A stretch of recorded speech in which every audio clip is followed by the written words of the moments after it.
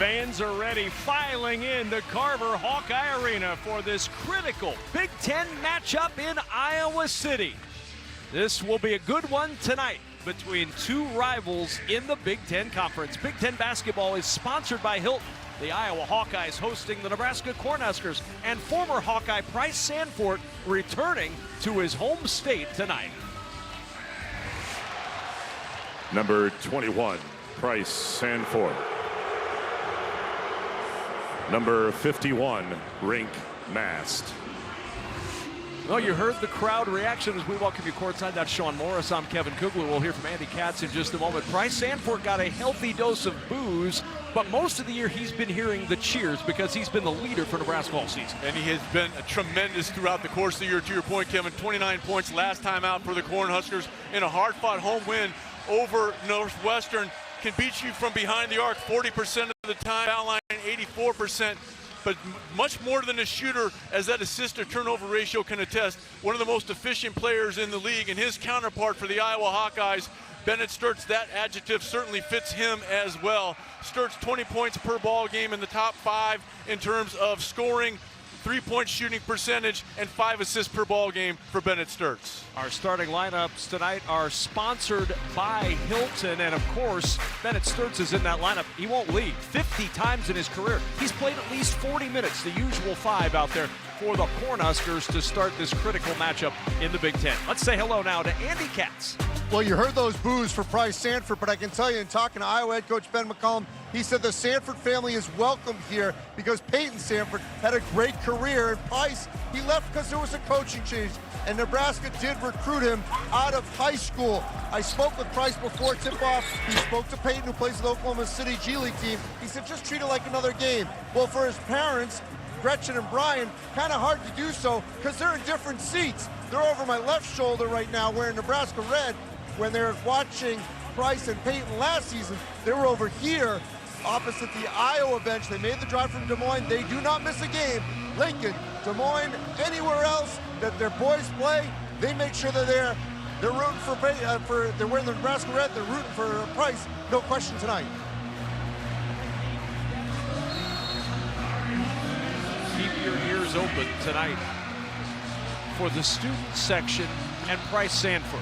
During that entire conversation that Andy Katz was having with you, the students were chanting at Price Sanford. It's going to be very interesting to see how they react and how he reacts to what is an emotional turn tonight to Carver Hawkeye. Well, he has an opportunity to let his play do the talking, and that's all that really matters. You hear the booing as he touched the first time. Lawrence's 3 won't go. Rebound, Tavion Banks. Both these teams, Kevin, in the top 2 in terms of points per game allowed and turnover margin. So each possession, they're always important, but they're even more to premium with the style of play both of these teams employ. Here's Sturtz, steps left for a triple. And the rebound loose and out of bounds. It'll belong to Nebraska. Ben McCollum in his first season at the helm of the Iowa Hawkeyes, looking for his 50th win as a Division 1A head coach. Trying to get it against these Nebraska Cornhuskers and give Iowa a ranked win. It's been a long time since the Hawks beat a ranked team. They've lost 13 straight against ranked opponents. Zip that pass inside, and Banks tips it out of bounds. It'll stay with Nebraska, 18 to shoot. Good job by Iowa there, Kevin, of honoring the defensive scouting report. With that drive to the side, it's an automatic dive. In that case, it was Hoiberg, and Iowa recognized that, had their hands in there to get the deflection. One similarity between these two teams that both coaches have said all year long, really have to honor that scouting report and play it almost to a T. Sanford curling to the rim, and he's got the first 2 points of the ball game. And what I like from Sanford, yeah, the ball went through the net, went down, getting in a defensive stance. He's not going to play in to the crowd here, to his credit. Fred Hoiberg, to him at the shoot-around, the practice on game day, said the one thing that they needed to do was get off to a fast start in this one. Said it's so important for this team, especially with the way Iowa controls tempo. Here's Sturtz in the corner, got an open look for 3, and the rebound loose to Mast. Huskers are fortunate there wasn't a foul there. Looked like some contact on the follow-through. Boy, I tell you what, Nebraska, they're fun to watch offensively, but it's been their defense of which they've been able to hang their hat all year on in the midst of a magical year, and defense is a big reason for that. There's Sanford. Back out it goes to Hoiberg for the triple. Good look, but strong, and Banks the rebound for Iowa. Banks having a solid season as well for Iowa. 11 points per ball game, was the 6th man of the year a season ago for Coach McCollum and the Missouri Valley at Drake.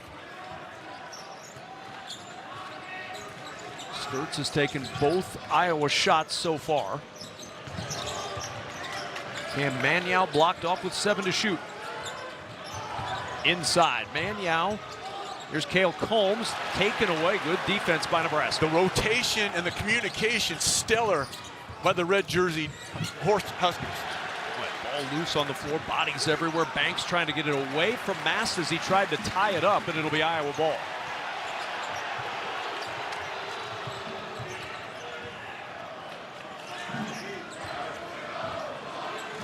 Intense start to this one.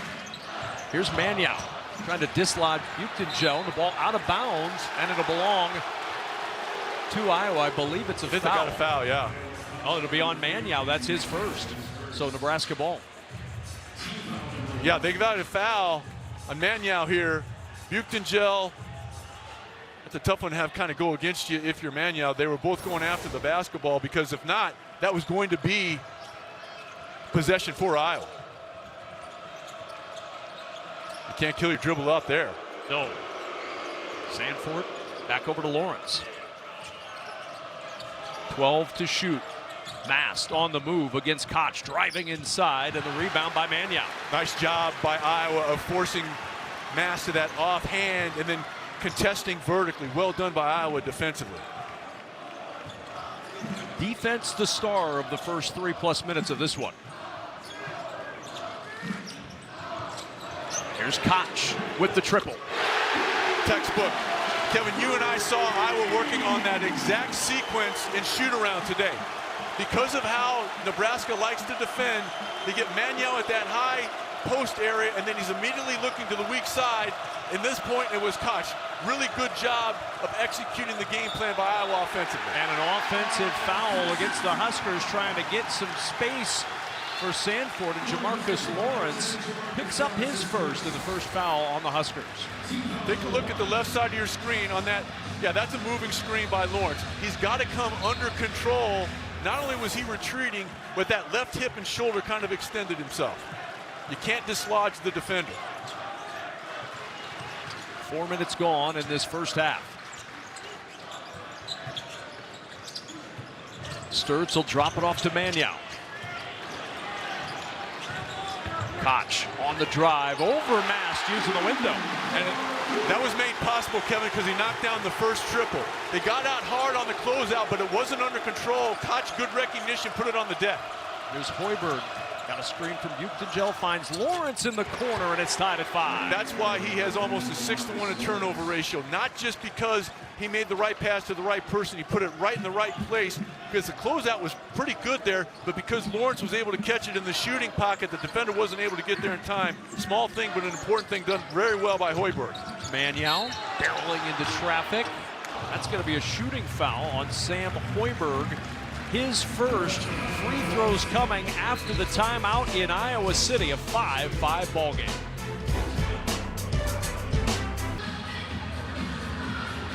Knotted up at 5 early, 15-16 remaining in the first half. Some fun and interesting stuff early in this game for both teams, Sean. Points have been at a premium, but the execution has been very good by both squads. We'll start with Nebraska first. Keep an eye on the inbounder, Sanford here. He comes off hard, off a stagger, and the most important thing he does, in addition to keeping moving, he came out shoulder to shoulder. That eliminated any kind of weak side help. And then Iowa responds. They worked on this in the shoot-around all day, making the proper read. Watch Manyow here. He gets in there and immediately looks to that pitch pass weak side. It sucks the defender Lawrence in. That allows Koch to step into the three. Well done by both teams on their respective offensive ends of honoring and executing the scouting report. One of the things you were talking with Ben McCollum about was those reads and how difficult it is against Nebraska's defense at times to get those reads. As Manyow, one more at the line, gives Iowa the early lead.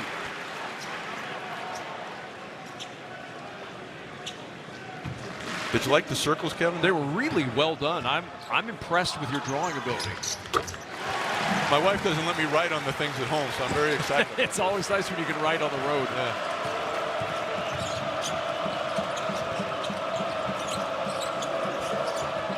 Gel. Here's Mast. Huskers would love to get him going. Mast inside with the hook over Koch. Man, he threw everything at him. Pretty good job by Koch, forcing him to his left, but Mast, he saw the double team wasn't coming. That allowed him then to kind of take his time and eventually get to that left shoulder right hand.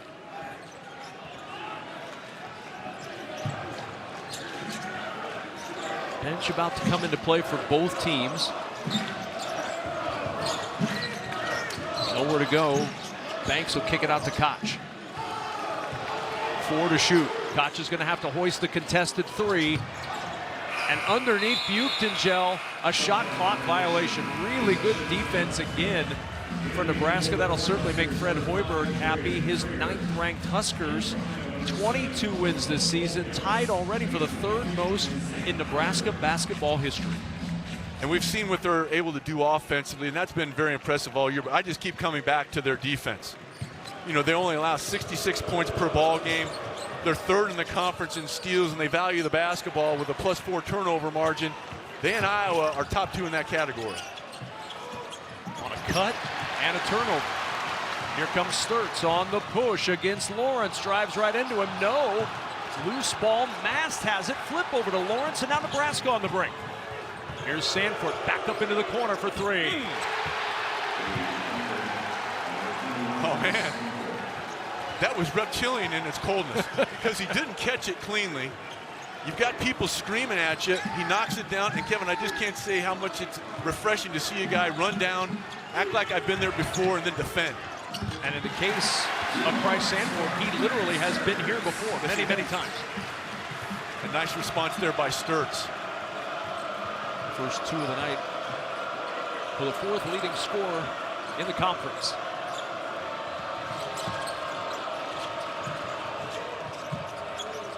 Mast with 13 to shoot. Alvaro Figueres off the bench. Hoiberg will drop it down to Lawrence, and Lawrence fouled by Isaiah Howard, the sophomore, with his first personal foul. Don't miss a Wednesday night hoops triple header as Penn State hosts Rutgers, Maryland faces Northwestern, and Illinois takes on USC. Coverage begins with a tip-off show at 5:30 Eastern, 2:30 Pacific on the Big Ten Network and the Fox Sports app. And Lawrence is going to the line, Kevin, because he made an excellent read in his own right. They dribbled at him. Usually he would sprint to the other corner, but he sensed that he had a smaller defender on him, so he cut off his route and kind of ducked in there and forced Iowa to give the foul. Savvy play by Lawrence. So many reasons why this Nebraska team is 22-3. You're looking at one of them on the screen right now in Jamarcus Lawrence. Pacing for career highs in scoring and assists and field goal percentage. The leadership he's provided from a key position has been so critical for what Fred Hoiberg and his staff have wanted to do this year. And much like the rest of his team, really values the basketball, almost 2-to-1 assist turnover ratio. And if he gets to the line, he's going to beat you 82% of the time. A solid year for Lawrence. Swing it around to Howard. Ball moving all over the place for Iowa. 10 to shoot for the Hawkeyes. If you're Iowa, you wanted Koch ready to shoot that because he had an opportunity on that ball reversal by Sturtz. Good job by Hoiberg. Now Koch ready to shoot it. Short on that shot, and the rebound saved in play to Koch. Fulgaris in the scramble with Frager out to defend. 12 to shoot. It Sturtz to work. Tried to drop it off to Fulgaris and a turnover. Jacobson, the trailing Mast for 3. Rebound, Hoiberg trying to tip it into the corner, and it's out of bounds to Iowa. Sam Hoiberg does a little bit of everything, Sean. I mean, watch where his eyes are the whole time. Show your hands. Really well done by Hoiberg, and then the hustle play, even though he's not able to come up with it, still trying to be. He thought he could maybe get control of the ball and signal the timeout, but he never had control of it. But Hoiberg just doing so many things well for Nebraska. His last 9 games, he's done a little bit of everything, and there's another play where Hoiberg nearly gets the steal, then it's out of bounds. Last touch by Howard. Hoiberg starts it, and it becomes a Nebraska turnover. And Iowa right now is looking at Howard to see if he wants him to challenge it. They'll have a little time with the media timeout at 12 minutes to go. Hoiberg deflects it. Looks like it's going out of. You can't tell from there, but you can't tell. Hoiberg's in on it.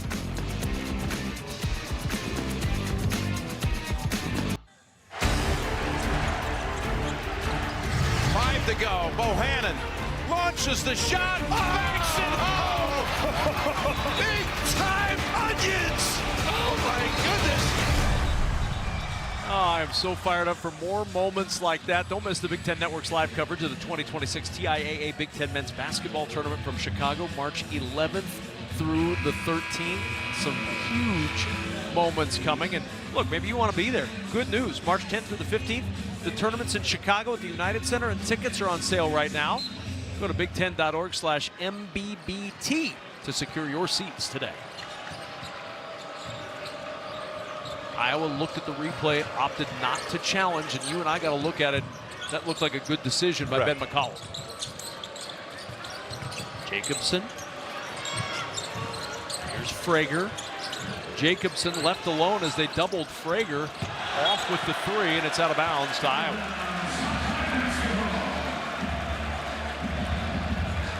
This is going to be an interesting stretch for Nebraska, because we're on the bench right now for the Cornhuskers. You have Mast and Lawrence, a couple of guys that so much of the offense kind of flows through them. And asking, you shall receive. Here comes Jamarcus Lawrence. As you say that, Jamarcus Lawrence will return. I've got that kind of juice, Kevin. It's impressive that you use it for good. Here's Sturtz. Frager with a hand in his face. Goes past Frager. The floater will drop.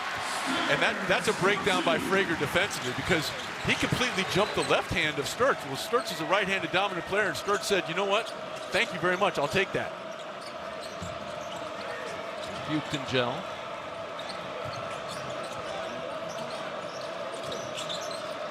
Frager back in this one up to Hoiberg. Not much going for Nebraska right now. Jacobson turns the corner, Nice into job. the paint, and draws the contact and the foul from Fulgaris. That'll be his first. And for more on Bennett Sturtz, let's check in with Andy Katz. Well, I was checking in with Fred Hoiberg about Bennett Sturtz because obviously he loves and values shooters. He obviously was a great one in the college game and the NBA. And he said the difference with Sturtz is that he just plays so physical, and it's very difficult to speed him up. He plays with so much poise, and we're seeing here 23 points a game. It didn't matter what level he was in, D2, Missouri Valley, Big Ten. He's got size, he's got poise, he's got a shooting ability, he's got strength. He can play, and he is going to be either 1 or 2 with Keaton Wagler if he comes out the number 1 or 2 Big Ten player draft in the NBA draft. That's according to multiple NBA scouts I've talked to. Well, and he's an Iron Man. He's out there for 40 minutes every single night. Mentioned 50 times in his career he's played 40 minutes or more in a game. Sturtz, past Frager again, funneled into the teeth of that defense with Jacobson, and the ball tipped out of bounds. Buchtengel says, let's review it. He thinks that it was last touched by Iowa. Fred Hoiberg looking behind his bench. Let's see. Oh, it went off his leg. Yep, they'll win this if they challenge it. And they are challenging. Yep. And Buchtengel did not hesitate. No. And this is another situation where coaches have to kind of trust their players as well as the person over there with the iPad.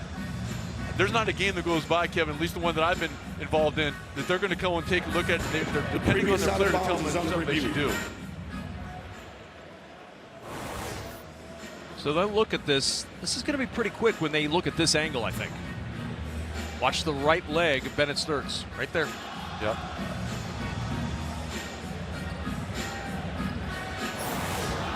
Will be Nebraska basketball. They will retain the challenge.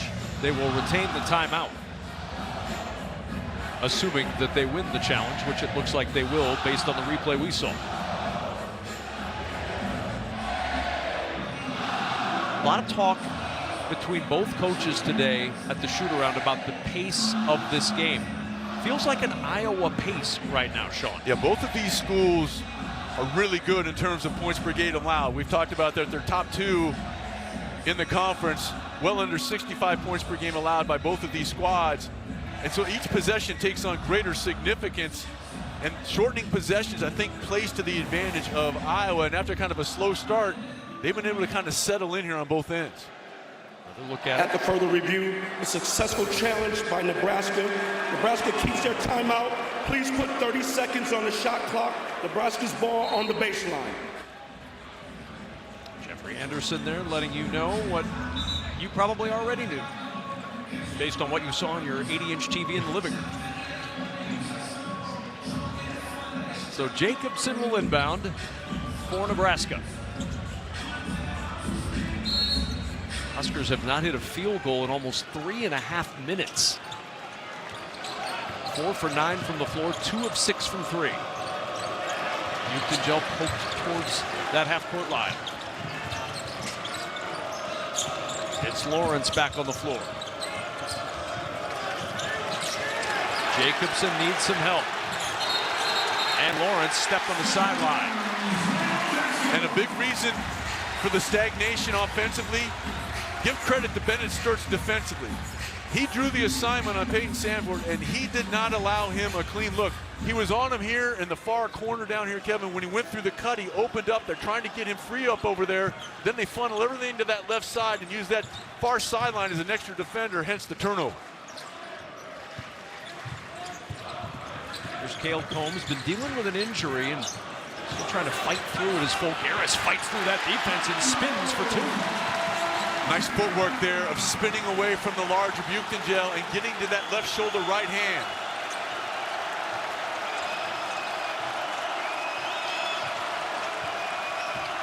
Coming up on 4.5 minutes since Nebraska hit a field goal. Sandford trying to change that, and he's strong on the 3. It didn't come off his hand cleanly. You kind of saw that side spin. He didn't catch it cleanly. And a big reason for that, again, was Sturtz. Even though he was able to step behind that little rub screen, he kind of had to rush his shot, and it showed in the release. Here's Sturtz. Gets past Frager on the drive to the rim. And that's the second time Frager inexplicably has kind of jumped the left hand, and Sturtz has just been able to go all the way with that strong right hand. And another Nebraska turnover. The foul on Buchengel, his first. And with 8:54 to go in the first half, Fred Hoiberg's team trying to find a little bit of something. No field goals in 5 minutes, back-to-back turnovers. And I think that's a big reason that Mast is back in the ballgame. And the other thing it does, I really like what Coach Hoiberg did. Get Sandford out right now. You've got the next media timeout coming. Get him a chance to kind of get his feet under him, because Bennett Sturtz has done a pretty good job the last 2 or 3 sequences of getting into his body. Let him catch a different view. And there's Hoiberg with the steal. Doing Hoiberg things. Ahead to Lawrence. That won't go, and a lid on the Nebraska basket.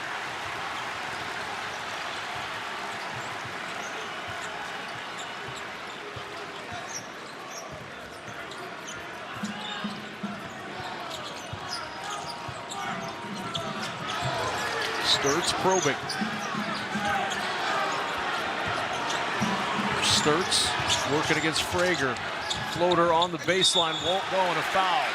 Jamarcus Lawrence trying to get some space, picks up his second. It's a big second foul with 8:10 to go first half.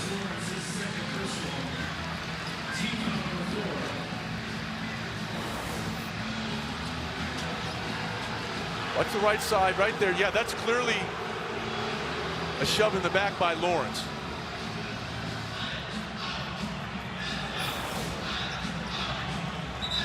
Buchengel heads to the scorer's table. Here comes Lawrence. He'll leave. A little confusion as to whether or not that was his second foul on the Husker bench, and they were almost stuck with him on the floor.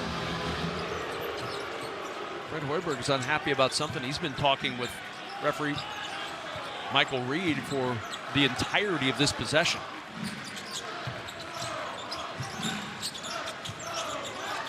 Here's Koch, scored the first 5 Iowa points. Combs with 2 to shoot, spinning into Buchengel, using the window to stretch the lead to 4. Boy, that's a tough delivery by Combs through some contact.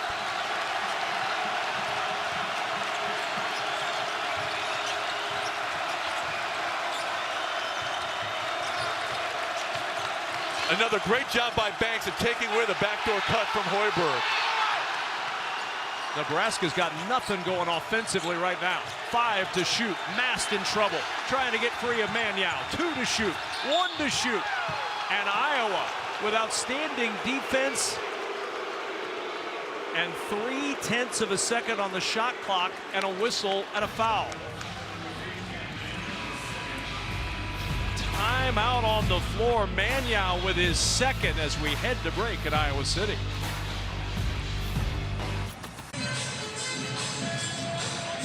There is an intensity in this building tonight. Seems to fit a matchup between two rivals in the Big Ten Conference, and some defense being played by the Hawkeyes. And they had intensity on the defensive end by both teams, but most recently by Iowa. And in the last possession, watch Cale Combs. So much of what Nebraska wants to do is free-flowing and trying to get backdoor cuts. Combs opens up not once, there's for the first time, now the second time, then he's going to recover and help, and they keep Nebraska almost exclusively on that left side of the floor. Iowa has done as good a job as anyone we've seen in the last Big Ten season of opening up and taking away the free-flowing of Nebraska. Yeah, Tavion Banks is considered the best defender on this team, and some pretty good examples of his work right there. 7:18 to go in this first half. After the foul on Manyow, his second, and now we've got a whistle and a foul away from the ball. There was a hold on Cale Combs. Let's get into check in with Andy Katz. Well, when Ben McCollum was last season at Drake, they didn't have the luxury of losing a couple of games and maybe not finishing first or winning that AQ, obviously, to get in the tournament. In the Big Ten, you can lose games. You can finish further in the standings. But Ben told me he wants that sense of urgency. He loves the pressure, and he's trying to tell his team that, especially since they lost that Maryland game, to play all these games like it is Game 7 down the stretch. Well, they're doing that defensively. That pressure that they're applying is causing Nebraska's offense all kinds of problems. Mast trickles it into the corner. 2 to shoot for Jacobson. Runs that in, and a blocking foul. It'll be on Tavion Banks, his first, Iowa's 6th. Boy, and that's the second time in as many possessions that a late foul deep in the shot clock has kind of bailed Nebraska out of a possession that was going nowhere. And he was there, but watch where his hands are. Watch where his hands are, Kevin. If we get another look at that, he did not maintain verticality. His hands broke verticality there. That's why the official called it on Banks. Jacobson with one more to come. Watch it again. Watch the hands. Okay, now watch the hands. They're up initially, then he broke them just enough. You're entitled to that space all the way up, but once you break verticality, it's not going to go your way. Nebraska very fortunate to get that call because that possession was going nowhere for the Cornhuskers. Huskers haven't hit a bucket in over 7 minutes of game action, yet only down 2 on the road. Defense has been the story of this first half on both sides. Ball and tipped, again, and another turnover. And then Mast throws it out of bounds.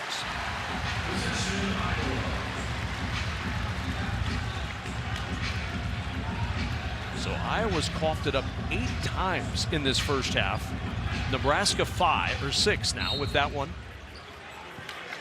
Two teams that generally do a good job of maintaining the possession, although the last 2 games for Nebraska have been a little sloppy. Fulgaris inside, has that one taken away. Jacobson with the strip. Here's Frager in the open floor, runs it to the rim, and that'll be a goaltend on Tavion Banks. This game's tied at 17. And a nice job by Frager off the deflection. He saw that he had enough space. He's a left-handed player, and he wanted to get to that strong left hand. It was on the right side of the floor, but he utilized the crossover, and a clear goaltend by Iowa breaks the scoring seal from the floor for Nebraska. 9 first-half turnovers for the Hawkeyes. That's the first 2 points Nebraska's gotten off a turnover tonight. Koch the skip to an open Sturtz. Fades away around Sanford. Everything but the bucket for Sturtz.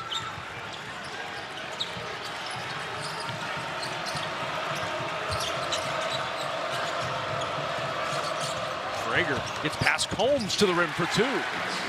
That's the old adage, low man wins. He got the hesitation dribble. You saw a rare breakdown from Iowa in terms of getting up out of their stance, and Frager on that left side of the floor with his strong hand able to cover enough ground with that dribble and score. And a 6-0 spurt for Nebraska. Sturtz back to work. How about Hoiberg on the deck, gets up and is there on the closeout by Sturtz. Folgaris, pass tipped. Swinging around to Sturtz, 6 to shoot. Sturtz on the run, into Mast. He'll go to the line for a pair. Rink Mast with his first personal foul. Saturday, catch a men's hoops doubleheader. First, Minnesota battles Rutgers at the Barn. Then the Huskers host Penn State. Coverage begins with the tip-off show at 11:30 a.m. Eastern, 8:30 Pacific on the Big Ten Network and the Fox Sports app. Sturtz, an 84% free throw shooter after the Mast foul, will head to the line.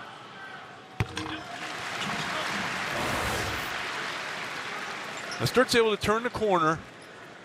Now the verticality was there, Kevin, but the contact was down low. You saw it with a little bit of the hip by Mast, kind of knocked Sturtz off his path to the rim. The verticality was there. He showed his hands, but the contact was below the shoulder. Our 5th tie already tonight.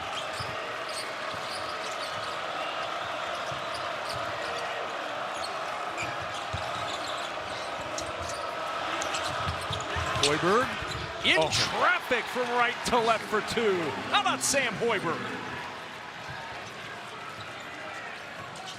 Last 9 games, 12.5 points per game, 6 rebounds per game, 5.5 assists, 2.5 steals. He does it all. And the last time out against Northwestern, where points were a premium, especially in the first half, 5 of 8 from the floor for Hoiberg. Tough catch underneath. Banks trying to get some space. His tip won't go. Another tip, and it's a wedgie on the tip, and that's number 2, the foul on Rink Mast.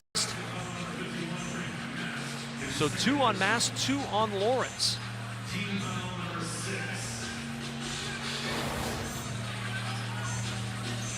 Hoiberg, and watch the ability to switch to the off or left hand. Folgaris was coming over there to contest it, able to change in midair to get to that left side to shield himself with the rim.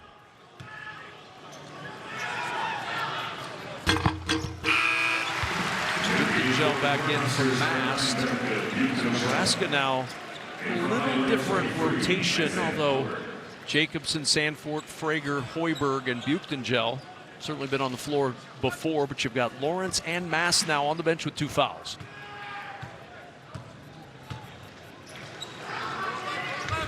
And our 6th tie of this first half.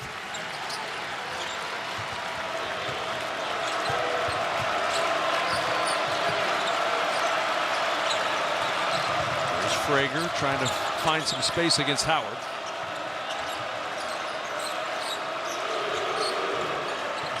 Good job by Sturtz of getting over that little dribble handoff to take away anything to Sanford. Buchtengel with a good screen. And the block out by Sturtz, masterful down there on Sanford. As much as we talk about what Sturtz has done offensively this year, I think it's been the defensive end of the floor here in the first half especially, which has been the difference for Iowa. Looking for the lead once more.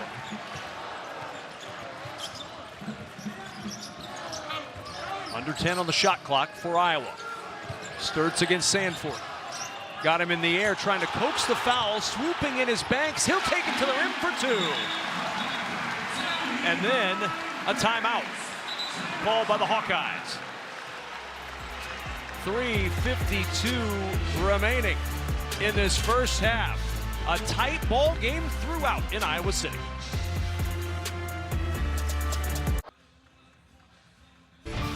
You know, toughness for some is probably the ability to get into a fight and, you know, beat somebody up, whatever. For me, it's handling success, handling adversity. Iowa City native Ben McCollum explains what it means to be the head coach of his hometown team. That's coming up on an all-new episode of The Journey immediately after the game on the Big Ten Network and the Fox Sports app. Some really good stuff from The Journey and Andy Katz. Well, at the shoot-around, which, as you know, Kevin, is the practice the day of the game, Ben McCollum is the voice. And we asked him this afternoon.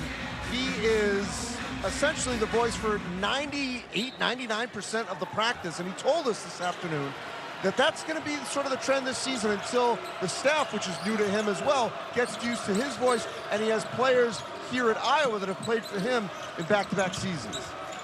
Yeah, it's certainly a head coach dominated practice, that's for sure. Sanford hits the deck, slipping at the top of the key. He thought he was fouled. No whistle. Here's Frager with a triple. That won't go. Hoiberg swooping in, trying to get the rebound, but it'll belong to the Hawkeyes. And again, Kevin, the effort put forth by Bennett Sturts defensively on Sanford. He had to navigate an entire thicket of screens.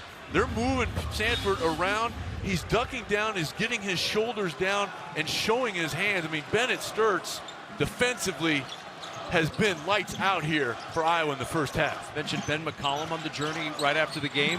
Also a feature on Sanford on the journey right after the game as well, and a foul inside against Nebraska. Free throws coming on the foul on Cale Jacobson. That is his first, and a 1-and-1 opportunity for an excellent free throw shooter in Bennett Sturts. Yeah, and his 20 points per ball game, Kevin, about 4 come right here from the foul stripe. Came in 8th active scorer in all of college basketball with over 2,100 points. Well on his way to another 20-point game. He's top 20 in 7 of the last 8 games, and the Hawkeyes have matched their largest lead at 4. Hoiberg in the corner, a 3 for Frager won't go. Buchtengel trying for the rebound, and a foul on Berke Buchtengel. That is his second personal foul. Oh, and it feels like a rivalry. Our rivalry resume is sponsored by Venmo. Iowa has won 10 of the last 11 games in Iowa City. They lead the series overall 27-15. And defensively tonight, they've certainly put themselves in a position to continue their winning ways against the Cornhuskers here in Iowa City. I mean, both teams have not been able to get into much of a flow offensively, and you have to credit the respective defenses for that. But Iowa in particular, over the last 7 or 8 minutes, has done a masterful job of honoring what we saw earlier today in terms of their scouting report, taking away the backdoor cuts, and on those multitude of curl cuts and screens trying to free up Sanford, Sturts, almost without exception, has been able to get over the top and disrupt. Largest lead of the ball game for either team. The kick into the corner, trying to cut that lead in half, and the airballed 3, snared by Isaiah Howard. And the Huskers have not scored in over 2 minutes and 20 seconds. And Frager was very fortunate. He wasn't called for a foul there. I'm not really sure what he was thinking, grabbing a guy about 90 feet away from the rim. It almost looked like he was trying intentionally to foul. Here's Sturts. Working against Hoiberg. Double comes from Jacobson. Howard. Back out. Koch for 3. Rebound inside, and Mast out there with 2 fouls snares it.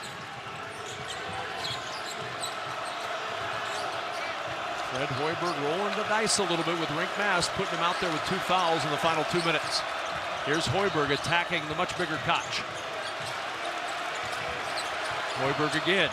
Gets past Koch to the rim. No, and the rebound ripped down by Tavion Banks. Nice job by Banks of getting his hip into Mast, who was rolling toward the rim for an offensive rebound.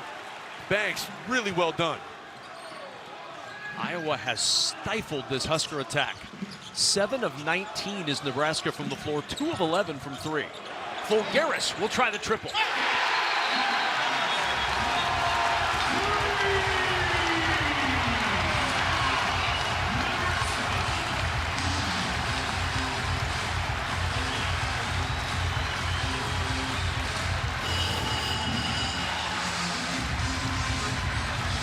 A lot of times people will utilize the behind-the-back pass, not out of necessity, but trying to look good. This was out of necessity, the proper pass, and that allowed Fulgaris to step into the 3, which he can beat you deep 36% of the time. And Bennett Sturts, again, doing a wonderful job on both ends. 11-0 run for the Hawkeyes as we check out some conference news and notes sponsored by Wendy's. 11 Big Ten teams in the top 50 of the net rankings.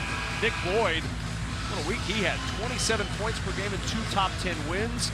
And a top 10 showdown tonight belonging to the #1 team in the land, the Michigan Wolverines. Well, the front line for the Wolverines is definitely biggie size. Oh, no doubt. 30-21 Iowa. An 11-0 Hawkeye run. Huskers haven't scored in over 3.5 minutes. And we've got a whistle and a foul called on Howard. Like Sanford trying to cut through that lane, and that's going to send him to the line for the 1-and-1. Second on Howard, 2 on Howard, 2 on Manyao for Iowa. Huskers have 2 on Mass, Butte, and Jalen Lawrence on their side. Coming up, stick around for the halftime show presented by State Farm with Dave Rebson, Steve Smith, and Seth Davis.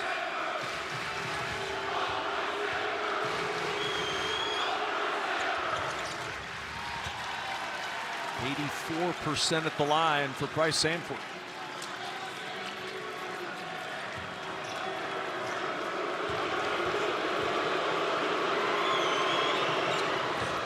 Seven first-half points in his return to Iowa City. And Nebraska back within 7 late first half.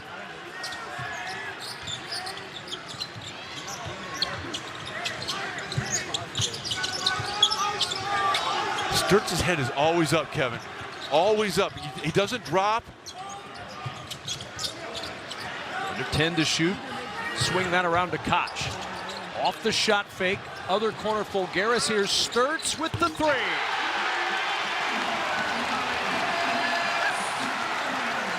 Really nice job by Iowa of flipping the floor offensively. It goes from the right corner, the skip pass, and then Sturtz able to fill in behind. And Hoiberg with a crowd quieter gets downhill for 2 more. And that quick hitter, if you look at your time right here, that gets Nebraska a 2-for-1. Good job by Nebraska there, and Hoiberg in particular, of understanding time and score, have a chance for an extra possession here to end the half.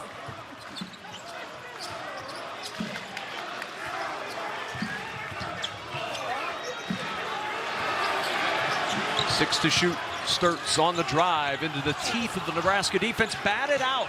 2 to shoot. Fulgaris with the 3. And the rebound ripped down by Jacobson. 10 seconds to go for Nebraska. And this is that last possession that Hoiberg earned with this drive. And you can dribble drive and maybe draw a foul because you are in the bonus. Mast had it bobbled away. Jacobson, deep triple. It'll count. Cale Jacobson with the buzzer beater to give Nebraska a spark, down just 5 in Iowa City. And again, Kevin, Hoiberg understanding earlier in the game, earlier in this sequence, getting a 2-for-1, and on the scramble situation, able to step in there very clearly out of his hand. You're keeping an eye on the scoreboard at the top. Well done by Nebraska down the stretch. Andy Katz is with Iowa head coach Ben McCollum. Ben, how did this team embrace the sense of urgency defensively? Yeah, I mean, we're guarding. You know, I mean, that's just what it is. We've done that throughout the year, and then we kind of died for a little bit, and now we're actually guarding like we should, and it's much more fun to play that way. I thought our offense was controlling the game, which was good too. Got to get a few more looks at the rim, but we'll get there. Offensively, you guys were a little stagnant early. How did you uncork it? I mean, we just got to our next actions a little bit quicker. You know, even early, though, we got some pretty good looks and just weren't able to knock them down. Need to get better looks this half. Thanks, Ben. Thank you. All right, Andy, thanks so much. Ben McCollum will take his team into the locker room with a 33-28 lead over 9th-ranked Nebraska. Off we go to Chicago when we come back for the State Farm halftime. Dave Rebson and the gang in our Big Ten Network studios straight ahead.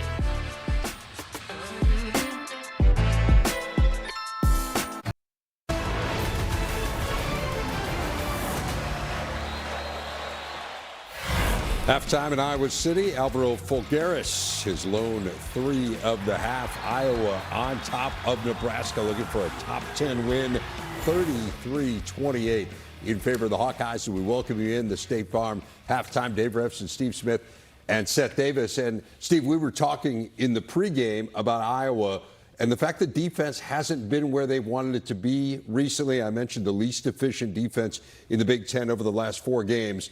They've been really efficient defensively here. Well, they were listening, Dave, and they said, let's come out and play D. They have just destroyed Nebraska on the glass. I mean, you look at 19 rebounds to 6, but also Bennett Sturtz. We talk about his offense. He's been phenomenal on boxing out, getting through screens, fighting through, getting his hands on the basketball. I think they've done a masterful job of saying, hey, you get one shot in Nebraska, that's it. And also that shot's going to be contested, and they've been the most physical team in this first half. Yeah, there's no question that we've been saying they are locked in defensively. We talked about earlier, Mike DeCourcy has them as a 9 seed in his NCAA tournament bracket, but they are 2-5 in quad 1 games.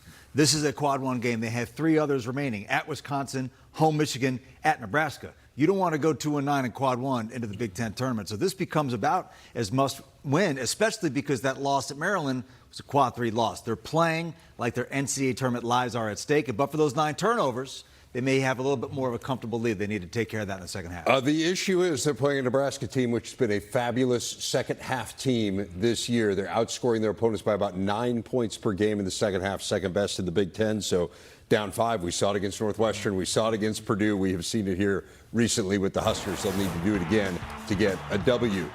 Michigan going on the road and playing really well, looking the part of number 1. Show you how they took down the Boilers. Catch you up on a busy night in the Big Ten next.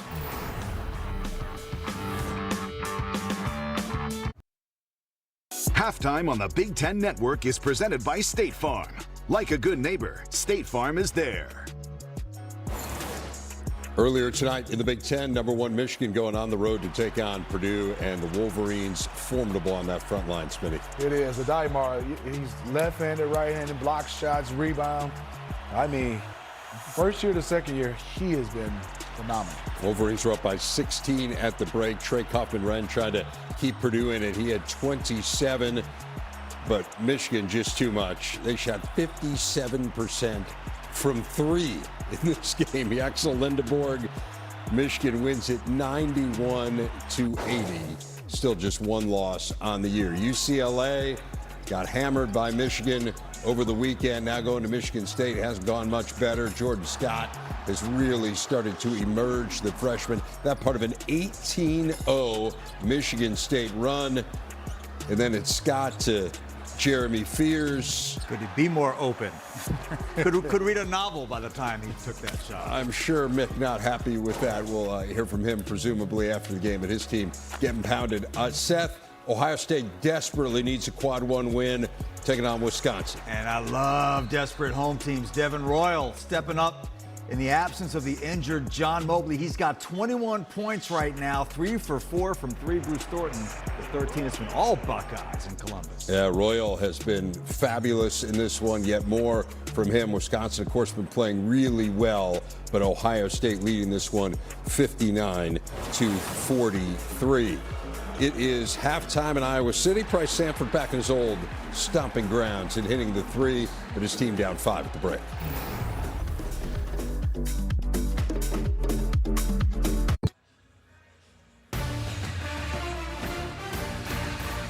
Basketball on the Big Ten Network is brought to you by Hilton. Hilton for the stay.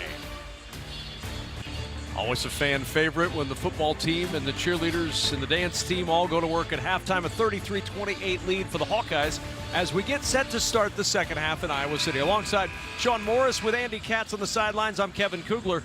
It was a 10-point game, but that 5-0 burst by Nebraska at the end of the half changed the whole tenor of this. It really did. That 2-for-1. Hoiberg understanding time and scoring early in the shot clock, and then the defensive stand. Even though it wasn't pretty with that 3 that capped off the 5-0 run, it was much needed for Nebraska. Andy Katz, you had a chance to talk with Fred Hoiberg. What'd you find out? Well, I can tell you he was locked in coming down that hallway and basically told me that it was the physicality that really upset him by Iowa. They basically got punked at the beginning of that game, both ends of the court. He stressed at halftime they've got to change the physical nature of their play against Iowa if they're going to win this game. Well, the physical nature of the game shows up in the rebounding totals. 19-6 in favor of the Hawkeyes. Nebraska, 0 offensive rebounds despite missing 12 first-half shots. Yeah, Nebraska last in the conference in offensive rebounding, but as to your point, if you miss that many shots, you should get at least 1 second-chance opportunity. And how about Cooper Koch? He started the game with the first 5 for Iowa, and he starts the second half with a triple. And then as that half unfolded, remember, that shot fake and then a dribble drive was allowing him to get his second basket. Hoiberg on the baseline, drops it off inside to Buchten. It's tipped away. Sturtz comes up with it.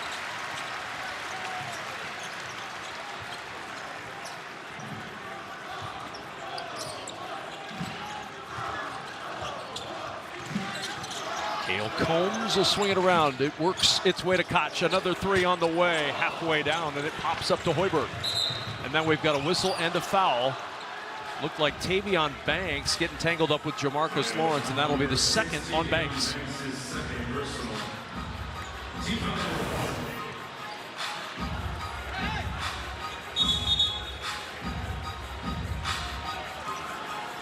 There's the foul that Banks was whistled for his second. And Nebraska with the basketball.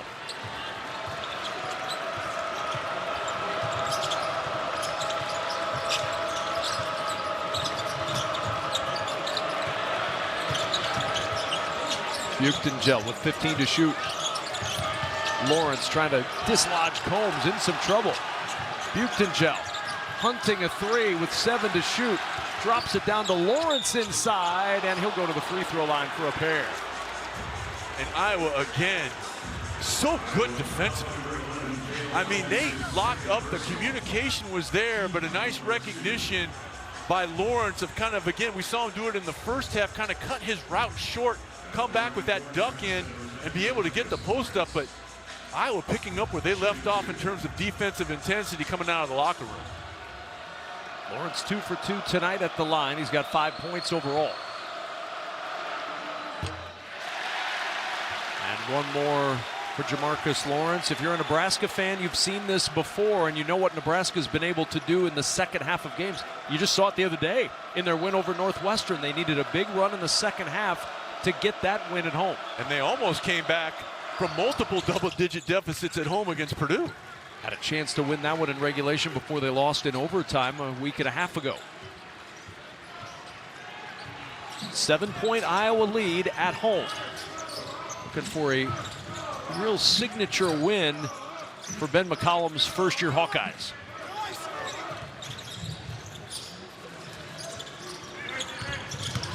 Banks. No look over to Koch. 5 to shoot. Koch blocked by Buchtengel. Good challenge by Berke Buchtengel.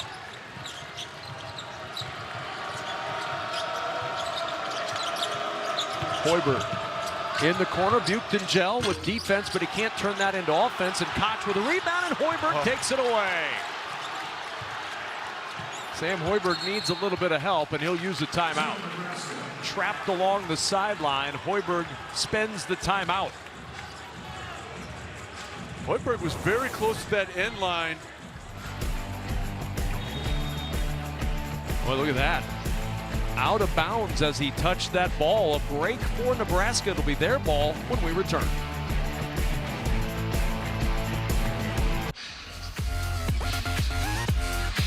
Iowa Hawkeyes in the 9 slot on Mike DeCourcy's latest projection for the NCAA tournament. You see the tournament resume nice and solid, but a win over 9th-ranked Nebraska would go a long way towards pushing these Hawkeyes closer towards the NCAA tournament, not to mention the fact that right now, entering play today, Iowa's got a 61.4% chance of a double bye, Sean, in the Big Ten tournament. A win boosts that percentage up to 74% to get that double bye. Now, the triple bye is where the top 4 teams will be, but that double bye very much in the grasp for Ben McCollum's squad. And would also kind of lessen the sting of that quad 3-4 loss at Maryland, which they suffered a couple of weeks ago, a week and a half ago. And it starts with his first foul, and Bryce Sanford will go to the line for a pair.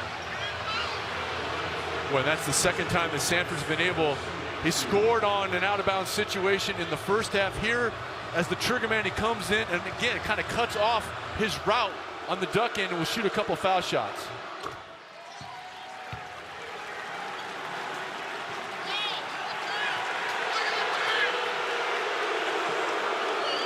To go for Sanford.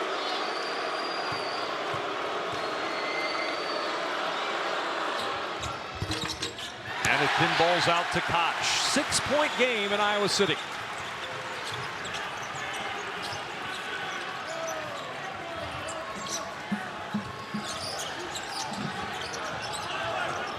Manio trying to screen off the defender. It ends up with Sturtz. Crowd wanted a foul on Hoiberg. 6 to shoot. Banks on the drive. Scoop won't go, and Buchtengel cradles the rebound. Good challenge by Mast. Really nicely done by Mast, coming from the weak side.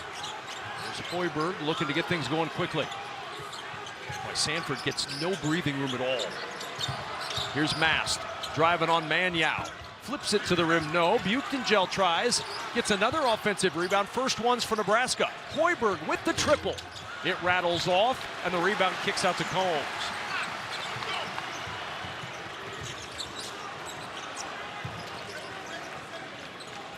Sturts against Lawrence here.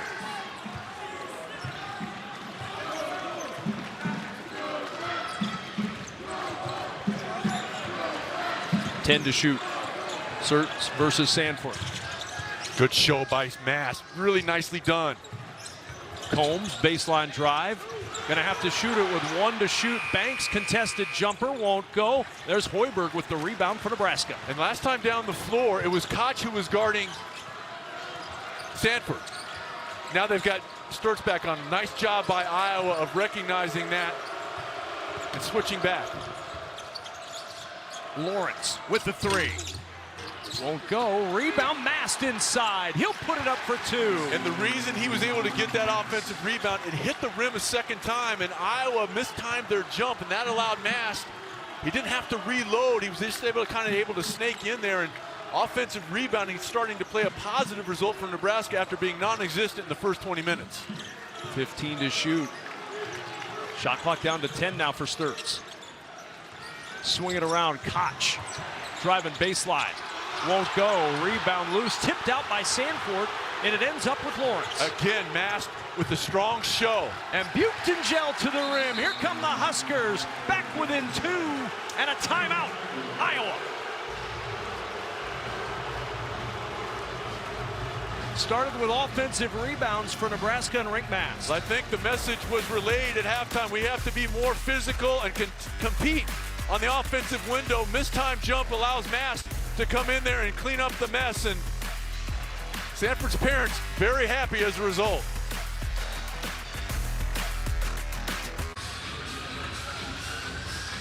If you come to Iowa City and you don't have a Carver cone, were you actually in Iowa City? I don't know. It's really never been proven one way or the other. But they are delicious. That's a metaphysical question I wasn't prepared to answer. I know. We go deep on these broadcasts. Right now, get 3 months of Big Ten Plus for just $5.99 a month with promo code SAVE26. You get access to hundreds of live Big Ten sporting events, full and condensed replays, and highlights. Scan the QR code on the screen or go to BigTenPlus.com and make sure to enter SAVE26 when selecting a monthly pass at checkout to take advantage of this offer. Hawkeyes have gone cold, haven't scored in almost 4.5 minutes. Nebraska back within two. What Mast has done a really good job on the defensive end of showing and then contesting at the rim. How about Isaiah Howard with the triple, his first shot of the night. And then we've got Lawrence on the deck. And they're going to send both teams to their benches, and I think they're going to look at this one to see if there was something extracurricular here. After the triple by Howard.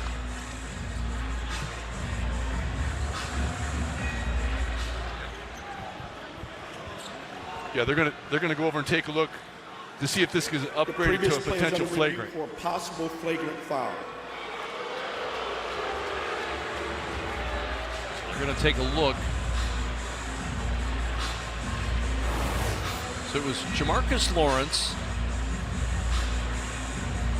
Tavion Banks, both under there. And watch as they go down the floor. They're battling for position.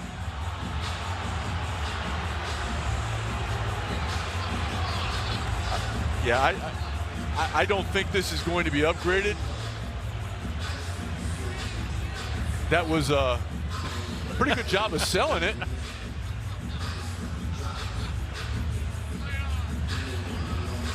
I don't think this will be upgraded. They're battling for position underneath, and then the shove and the head going back from Jamarcus Lawrence in rather theatrical fashion. We'll see what our officials decide here. You know, also while they're over there, they'll double check to make sure that the clock and is at the correct time as well. I don't believe a foul was actually called on the play, so this would just be a flagrant one if there was one. At the further review, there's nothing on the plate. Incidental contact. And that looked like the right call, Sean. Yeah. Now, the other thing that both of these officials and their coaches are going to talk to them about is, hey, look, now they're paying attention, especially because that's the second time that Lawrence has kind of been involved in something going the other way. So both teams have to understand with the intensity of this ball game, things like that are going to be under the microscope. It's lit the fire of this crowd for sure. Hoiberg against Mannion. Lawrence, 13 to shoot. I mean, how about the job by Howard of moving his feet? Lawrence, 8 to shoot. Here's Hoiberg on the attack. Dumps it to Buchtengel. Inside for 2. Boy, Hoiberg again bails out Nebraska. Gets in the lane. People talk about playing off 2 feet. That was a great example. He gets in, has the opportunity to come under control, and the lead for Buchtengel, who's able to finish with that strong left hand. See what Iowa can do in this end. Sturts. Howard hit the big 3 earlier. He'll lean in for a 2 this time, strong, and the rebound ends up with Lawrence. But I like what Howard did there. He understands Lawrence had those 2 quick fouls, may not be as aggressive defensively and had the size advantage, just not able to score. Lawrence turns the corner and a reach-in foul on Mannion. That'll be his 3rd. So Cam Mannion with the personal foul. That is his 3rd.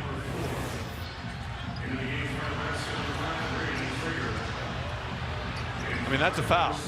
I know the fans here weren't all that pleased with it, but you don't have to be Naismith to figure out that that was an infraction. 4th foul on Iowa in this second half. Here's Sanford looking for the 3. And he finds it. We're tied at 39 in Iowa City. It doesn't take much for Price Sanford. Our 7th tie of the night. And remember, it was a 10-point game with about a minute to go until halftime. We talked about, Kevin, that 5-0 run to end the half made loom large. Fulgaris battling for that rebound, and it'll be Sanford who picks up the personal foul. Really good work by Alvaro Fulgaris. Yeah, a nice job by Fulgaris of not giving up on the play because there were 2 red jerseys there, and he just kept after it. Again, the dominance on the offensive glass tonight by Iowa. Plus 10 on the boards overall, plus 5 on the offensive glass. And a foul on Sanford. That's his 2nd.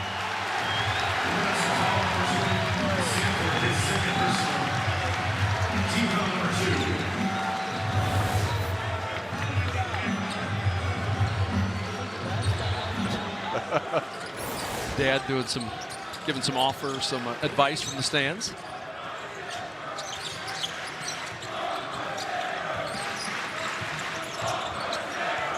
Sturts, step back triple. Pin balls out, and it's Mast with a rebound. And if you're Iowa, we have to watch Mast in the trail here. Here's Mast. Now Hoiberg against Fulgaris. Good job by Howard, but a better job by Mast of stepping, breaking contact. That's why he was able to score. And Nebraska's got their first lead since 21-20. That was some experience because Howard beat him to the spot. Mast broke the seal, stepped around, and then was able to get his hip in front of Howard. 13-3 over the last 5.5 minutes for Nebraska.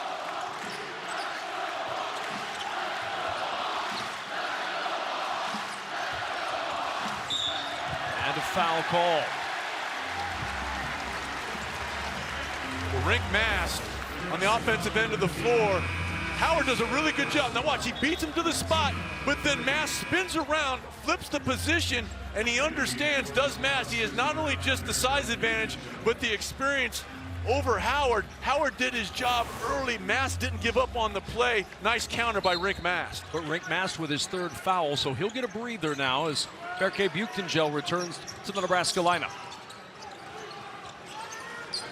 Hawkeyes 1 for their last 9 from the floor. They haven't scored in almost 3 minutes. Sturtz trying to change that, and he does. I mean, again, with Frager, that's the 3rd time that he's kind of really shaded him right rather than jumping that left hand. And maybe he's expecting help to be there, but on all 3 occasions, that has not been the case. There's Hoiberg in the corner. Sandfort's 3 won't go, and a foul. Combs and Lawrence tangled up, and that'll be on Cale Combs. That is his 3rd personal foul. Now the officials are talking, and it is on Combs. So Combs with his 3rd, 15 foul on Iowa. Yeah, and he was trying to block out Lawrence. And what he did, rather than playing from the hips down, the officials saw him extending his arms on that block out. In it comes to Frager for the hammer. Baseline out of bounds, ends up in a 2-hand flush. Oh, this game is intense.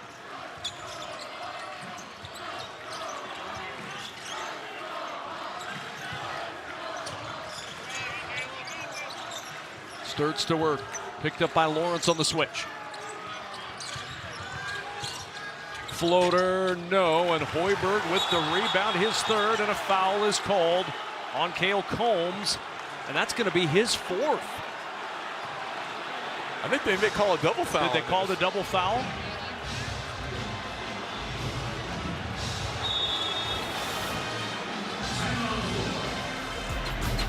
Timeout on the floor. You see Combs tumbling on top of Frager.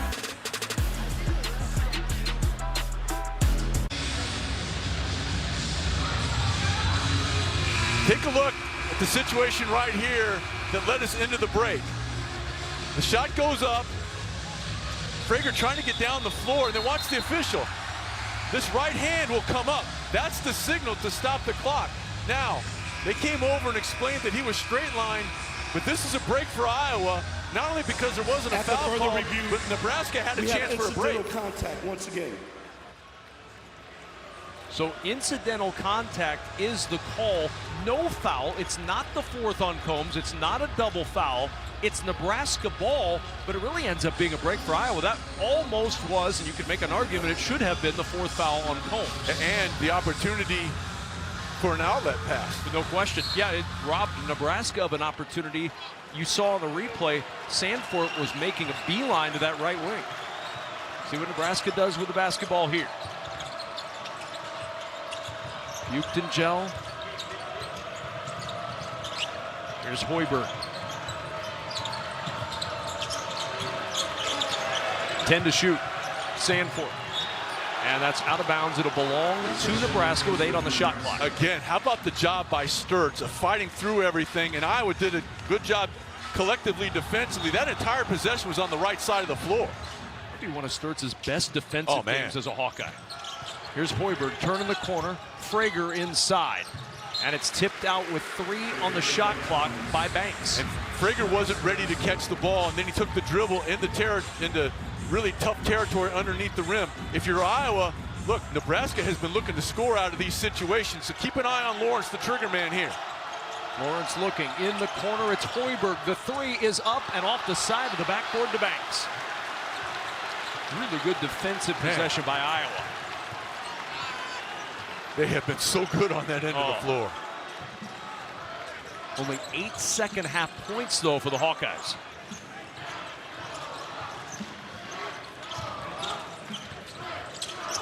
Harris at the elbow against Buchtengel. 5 to shoot for Sturtz. Sturtz underneath. It's Banks. He'll have to launch. In and out. Offensive rebound. Tate Sage. And we're tied again. And a good job by Sage. He went underneath the basket, then came back out, and that allowed him to get the tip in. First points of the evening for Sage. Here's Frager in the scramble. The 3 is short, and the rebound by Banks.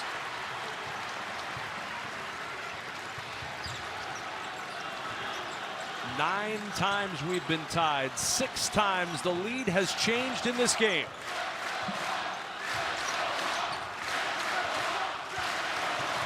Sturts. Fulgaris. Wrap around behind the back to Banks. Well, that was close to a walk. In the corner, Sage rebounded by Frager. Boy, this is where the third foul on Mast really kind of stands out, because this would be a situation where you might try to get something for him at the rim, but with those 3 fouls, they can't risk it. How about Sturts with the block and Hoiberg with a foul? His second, team's 4th. Bennett Sturts teeing everybody up. Well, Bennett Sturts averages 20 points per ball game, but his biggest impact on this game has been defensively. And the last time down the floor, watch Sage here. Just keep moving. He gets physical. He's able to overcome that physical contact with Sanford. He doesn't allow himself to kind of get stuck on that block out, take that step to the right, and then the path to the rim. Adding to the big advantage Iowa has on the offensive glass tonight, and on the glass overall. Here's Sturts. And you kind of think that Nebraska was trying to keep Mast on the bench until the 8-minute timeout, but I think they sensed we need him out there. Over Mast, the jumper won't go. Offensive rebound, Banks inside. Scramble for the basketball. It's loose on the floor. Possession arrow favors Nebraska. They'll get it on the tie-up. Boy. On a warm evening in Iowa City, the mop crew very busy tonight. And Banks twisted up like a pretzel at the bottom of that pile, limping up the floor.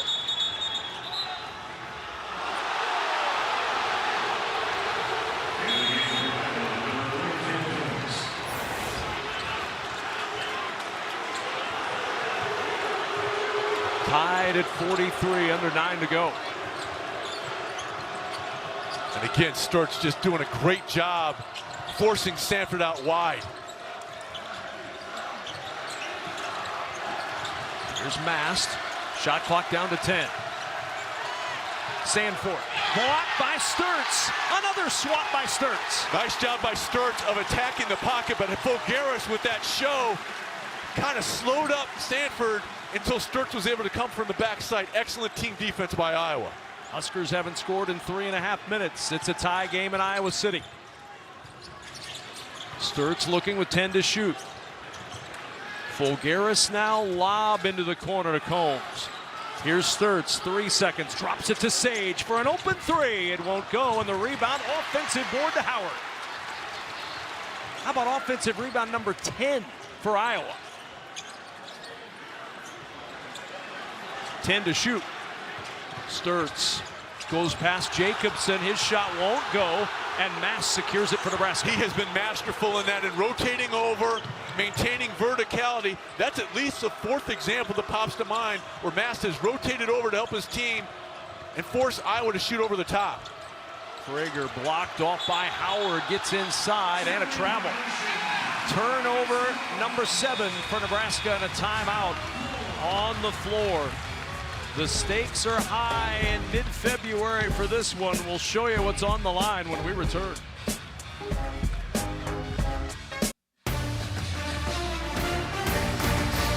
Basketball on the Big Ten Network is brought to you by Dairy Queen, only at DQ. Happy tastes good. With Sean Morris, Andy Katz, and our entire Big Ten Network crew, I'm Kevin Kugler. What's at stake in this one? Well, for Nebraska, they're vying for the triple bye, and a win tonight increases their chances of getting that triple bye to 95%.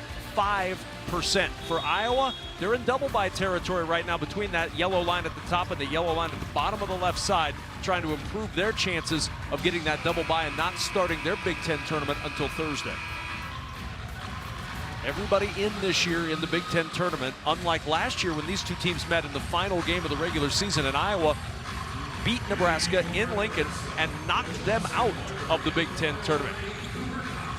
And keep in mind that if there's a tie in that top 4, the tiebreaker is not determined by head-to-head. It's the combined record of that grouping. So Purdue beats Nebraska. If there happened to be a tie, it would end up being the combined record in that grouping. And for Iowa, good chance they're going to play a quad one game if they get that double bye, which will help them ultimately in seeding. Yeah, a lot on the line in this as Jacobson tries to take it away from Sturtz. Shot clock down to 10 for the Hawkeyes. We have not seen a point in a long time in this game.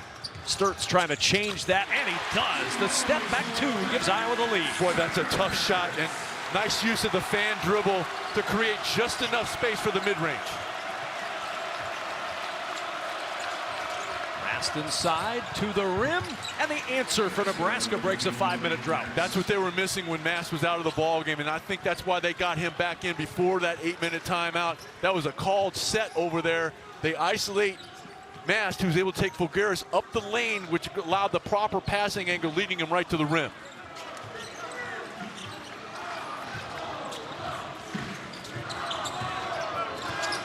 Under 10 to shoot. Down to 5 on the shot clock. Combs going to work. Blocked off on that baseline. The shot short, and Mast with a rebound. And again, Mast, that's at least the 5th time, Kevin. He's rotated over. Oh, that's going to be a carry. And Fred Hoiberg can't believe it. Looks like over and back is the call for Lawrence.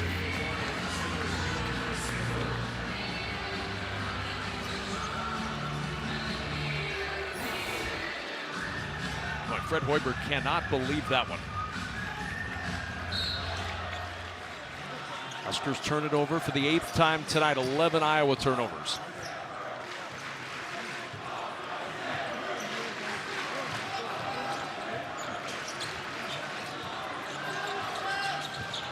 Ooh, that's a blind screen. You got it. And how about Frager? Yeah, he didn't give up on the play. Jacobson will navigate it up. Needs some help from Frager. Really good play all the way around for Frager. The jump and a really good play by Sturtz. Telegraph pass. Sturtz to the other end. Count that bucket. And Iowa's got the lead. And a timeout used by Ben McCollum. Sturtz went down hard on that drive to the rim. Iowa and their fans thought there should be an and one involved in this. No foul whistled, and Iowa with a 2-point lead. And Frager with a good defensive play, but then he gives it up. I mean, that's just a lazy pass. And then you're going to see Frager coming in. He's trying to time his steps to block the shot. I don't think that's a foul. They didn't call one. Sturtz hit the deck hard. See if Frager, I mean, if anything, off arm. It's off arm on Sturtz. Watch the inside arm here. He kind of initiates the contact and doesn't make it hurt any less for Sturtz, landing as awkwardly as he did. And this will surprise no one. They break the huddle and Bennett Sturtz is out on the floor. Man, this kid is as tough as they come. You see his 19 points, but I cannot emphasize enough, when he has drawn the defensive assignment on Peyton Sandfort, he has been masterful in exerting full energy on the defensive end. Nebraska 6-1 on the Big Ten road this year. Mast turns the corner against Manyow. Tough fadeaway. It won't go. Rebound knocked loose, and it ends up with Combs. And a good job by Manyow of holding his ground and not allowing Mast to get into that jump hook. He forced him out about a step and a half farther.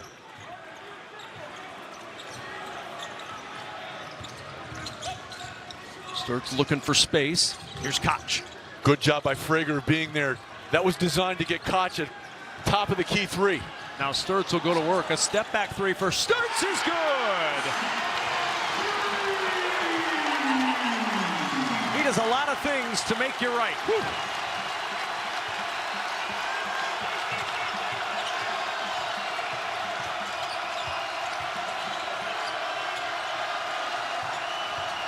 Frager pounding the dribble down the baseline against Manyow, and a turnover. A travel by Nebraska, and Iowa takes it back again.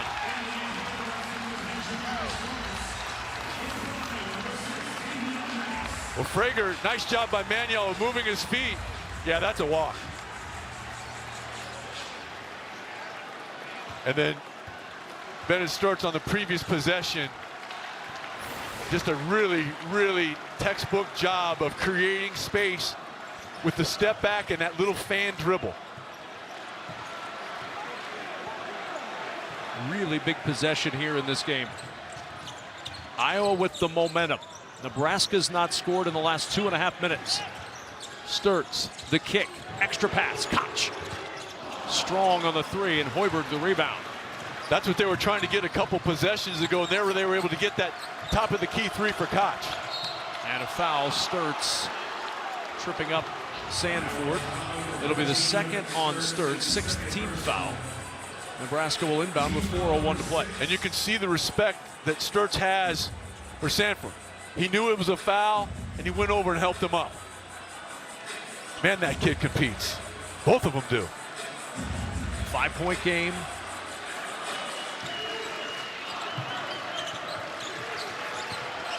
Here's Jacobson.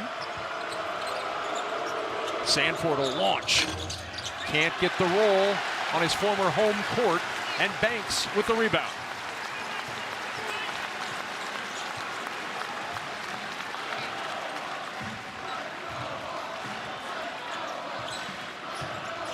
Next foul will send Iowa into the bonus here. And a trickle, that's a kickball. 20 on the shot clock, timeout on the floor, 50-45. Iowa by 5. Can they close out a win over a top 10 team? Iowa shooting just 30% in the second half, and yet they lead by 5 as Bryce Sanford trying to figure out a way to get the offense going. Just 11 points for Sanford, and of course, Ben McCollum also featured coming up on the journey immediately following our ball game here tonight. Long way to go in this one with 3:32 to play in a 5-point game. And you mentioned 11 points by Sanford. Big reason for that, he hasn't been able to get any shots. Only 7 field goal attempts. And a big reason for that, again, Kevin, has been the defensive effort put forth by Iowa collectively, but specifically on Sanford, almost primarily, it has been Bennett Sturts who has exerted the energy on that end. Sturts tonight with 22 points. Back to work with 12 to shoot. Manyow coming out to show, little double shows back at Sturts. Here's Sturts leaning in, the three way off the mark, and Hoiberg will push it up the floor. Trailing, Mast, deep three. Halfway down, and it pops back up to Manyow. And there's Hoiberg trying for the steal, and it's out of bounds to Iowa. That might have been about maybe a step and a half, a little bit farther out than Mast wanted to shoot it initially. And Hoiberg, yeah, the ball hit the line before the save event. So it's Iowa ball with the lead at home over 9th-ranked Nebraska. And three-point shooting, you saw that graphic. This is a team in Nebraska that averages 11 made threes per ball game. 4 for 22 tonight, 1 for 10 in the second half. Sturts, contested triple. Rebound, and it's batted out of bounds. Oh, it'll be Iowa ball. Jacobson says review it. The play diving into the stands by Banks. What an effort by Tavion Banks. And regardless of how this play comes out, Banks just kept going. Yeah, that's off his leg. Yeah, it's off Banks. But you can't fault the effort by Banks. The previous kind of pay off that point. For out of bounds. You kind of, if you're Nebraska, you want Jacobson to kind of take that extra step and try to corral it. I think that this will be a fairly quick review.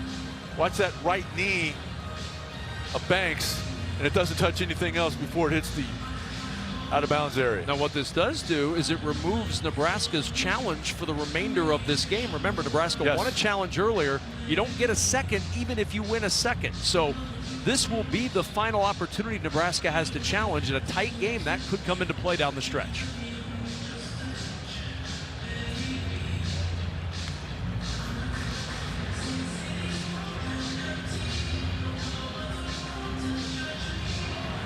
Another look at this, right off the leg of Tavion Banks.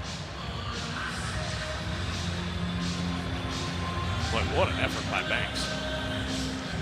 Trying to keep that in play. Watch the right leg right there. And nobody else touches it. And then the other thing that they'll have a chance to take a look at is, you know, to make sure that they get the clock right, because the clock stops when the ball hits the out of bounds area. They'll try to sync all that stuff up.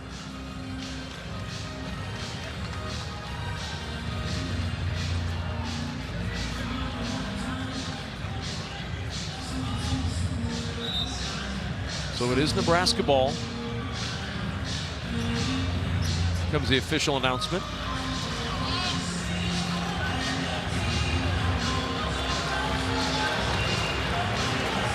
You're waiting with bated breath. After further review, the ball is off black number 6 leg. Please put the clock on 2:38. It'll be Nebraska's ball. And you thought they were going to go over and take a look at the clock because it stops when the ball hits out of bounds. And a second may not seem like a big deal, but don't tell that to these two teams, especially with how tight this ball game's been. Every second matters. Hoiberg was flashing just for a moment, couldn't get it to him. Now Sanford will drive inside and a foul. So Sanford headed to the free throw line for a pair. It'll be on Bennett Sturtz. That is his 3rd personal foul.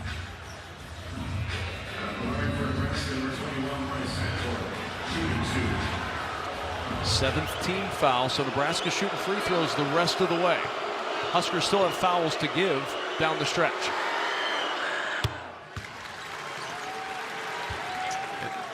And that's what made that challenge so important in this regard, Kevin.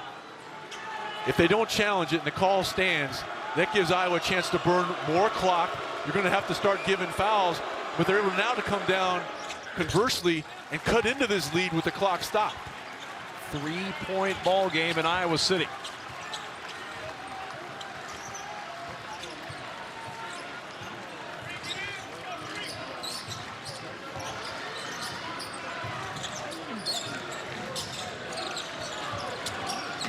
Howard sends it up to Sturtz. Down to 10 to shoot. Sturtz back out to Howard. Koch now, hand in his face from Lawrence. Howard will have to launch the 3. It won't go. Rebound, offensive board, Manyow. The offensive glass has been Iowa's best friend tonight, and now a foul. Huskers with fouls to give. This will not result in free throws. Second on Jacobson, 5th team foul. But what it does is gives Iowa a chance to shorten this game a little bit more, Sean Morris. And it will reset the shot clock to 20 as well. Inbound right back to Sturtz.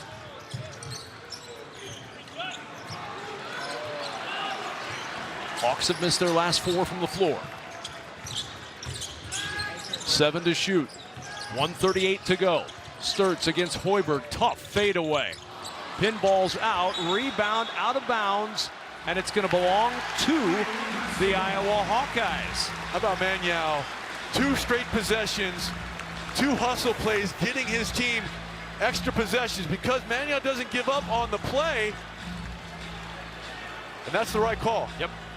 He dribbled it on the line before it hits Manyow's leg, but Manyow kept it off the previous possession alive, resetting the shot clock. And what this does now, it allows Iowa to burn more clock and force Nebraska to make a decision if they want to start fouling. Under 10 to shoot. 3-point game. Sturtz going to work against Hoiberg, driving at Mast. Short on the shot. Rebound loose, and it's Lawrence who has it for Nebraska. Bodies down behind the play. It's 4-on-4 for the moment. Sanford. And Manyow again, good job of closing out on Sanford. Coming up on a minute to go. And a whistle and an offensive foul on Rick Mast. His 4th.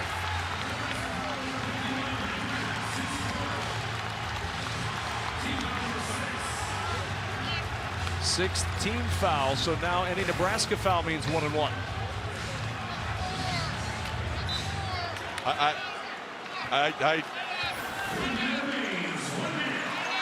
Iowa caught a break there. No question.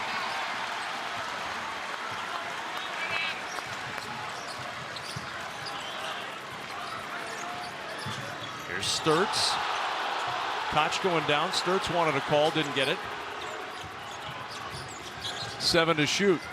3-point game in Iowa City. Sturts forcing it up, and a foul on Hoiberg. 3 free throws coming for Sturts with 36 seconds to play.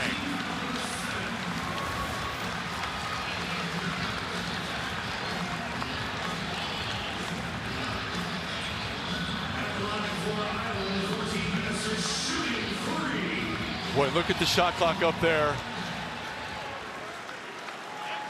About the last thing Nebraska wanted to have happen.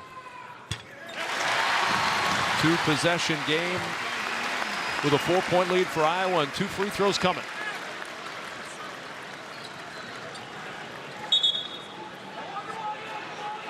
And now I think Sturts is asking to get this cleaned up. He's got a little blood on his leg, so he's going over to get that cleaned up.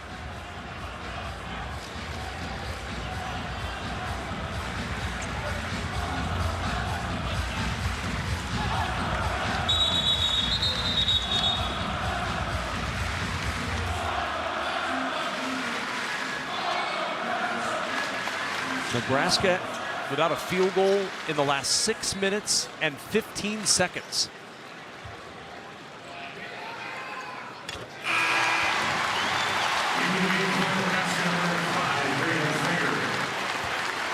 Five-point game in Iowa City.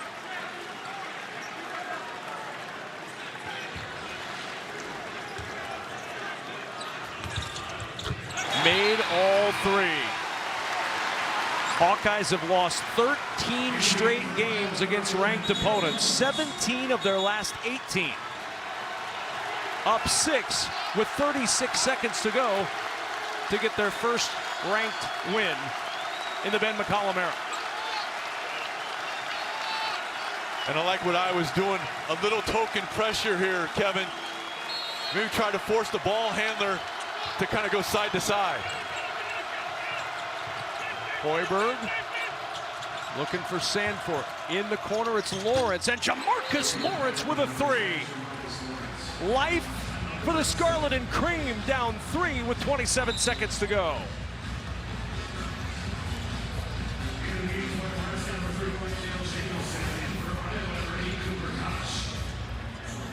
And look what Lawrence was doing. He had his hands ready, and he had his knees bent, because everything was over on that side of the floor. If he catches it straight leg, there's no way he's going to be able to get into a shooting position. Lawrence did his work early. Possession arrow favoring Iowa. A foul means a 1-and-1, barring a shooting foul. And you know Iowa's going to do everything they can to get the ball in the hands of Bennett Sturts. We also have to see who else is out there.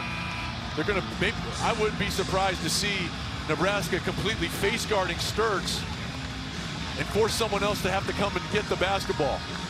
If you're Iowa, chances are you're going to have Mannion down all the way down on this end to take away the opportunity to give the foul. If you take a look at other people out there, you know, Howard's pretty solid at 75%. Koch, the trigger man, also at 75%. So your options in terms of who you would like to foul if you are the Cornhuskers, pretty limited. Inbound to Banks. Banks gets rid of it, and Koch is fouled. 24 seconds to go, and the 4th foul on Hoiberg will send Koch to the line for a 1-and-1. He's a 75% shooter, his first attempts tonight.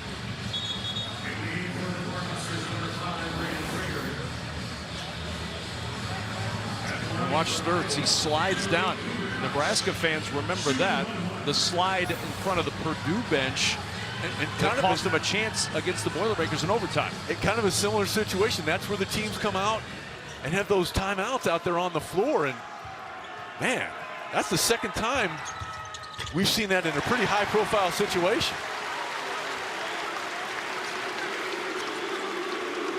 One more for Koch.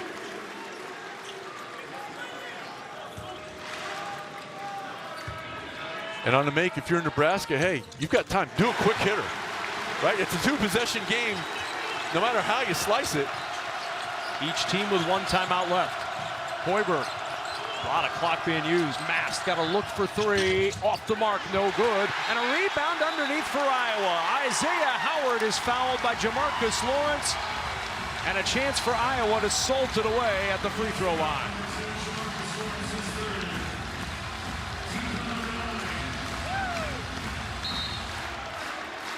And a lot of potential heroes for Iowa. But how about a tip of the hat to Manuel? Remember a few possessions ago?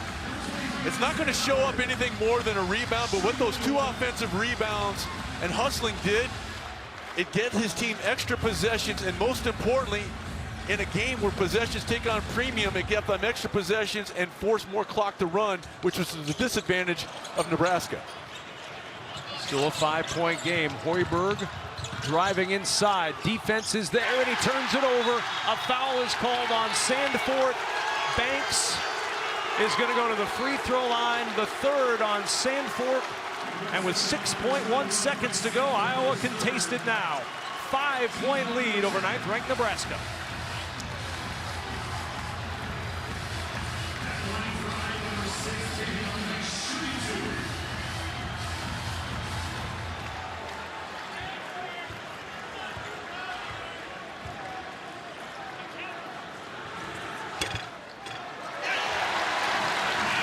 Six-point advantage. The students are starting to mass. 6 seconds from a court storm in Iowa City. 7-point lead for Iowa with 6 seconds to go. Inbound to Lawrence. Lawrence will drive to the rim for 2, but with 2 seconds to go, the inbound comes for Iowa, and they'll dribble it out. And here they come in Iowa City. The Hawkeyes upset 9th-ranked Nebraska 57-52.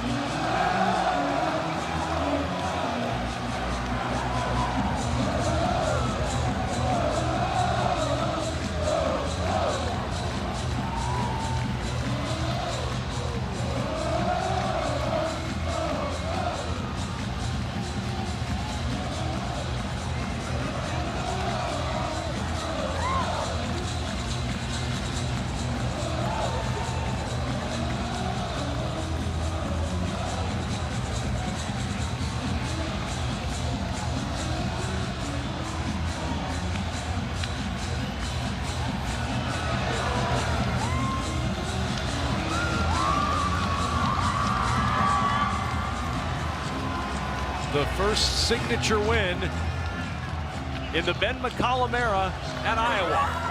9th-ranked Nebraska falls for just the 4th time this season, and a 57-52 win for the Iowa Hawkeyes.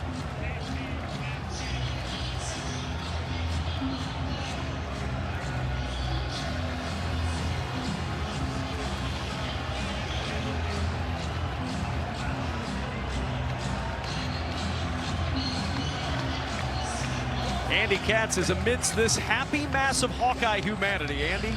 Well, Ben, your first win over a ranked team. How does this one feel? Oh, that was awesome. Our guys battled the whole night. We obviously had a rough stretch there, but we battled defensively. Most importantly, we were able to come up with a win. You've coached Bennett Sturtz his whole career. Every time you need him to step up, he does. What did he do tonight to seal this one? Always steps up. That's what he does. Makes me look like I can coach a little bit. That was awesome. He was awesome tonight. Hell of a win. We're excited. Gonna go celebrate. You came to Iowa to build. Now that you've done this, there's more work to do to get in the NCAA tournament. How do you build off this? Keep fighting. Do what we did tonight. Bottle it up and keep going. Keep fighting defensively like we can. Congratulations. Thank you, sir. These two teams will rematch in Lincoln on the final day of the regular season. There will be a bit of intensity in that game on that Sunday afternoon in March. There certainly was here tonight, and Iowa gets the 57-52 win over the Nebraska Cornhuskers. For our producer Bart Fox, our director Andrew Blaustein, for Sean Morris and Andy Katz, I'm Kevin Kugler saying so long from an elated Iowa City.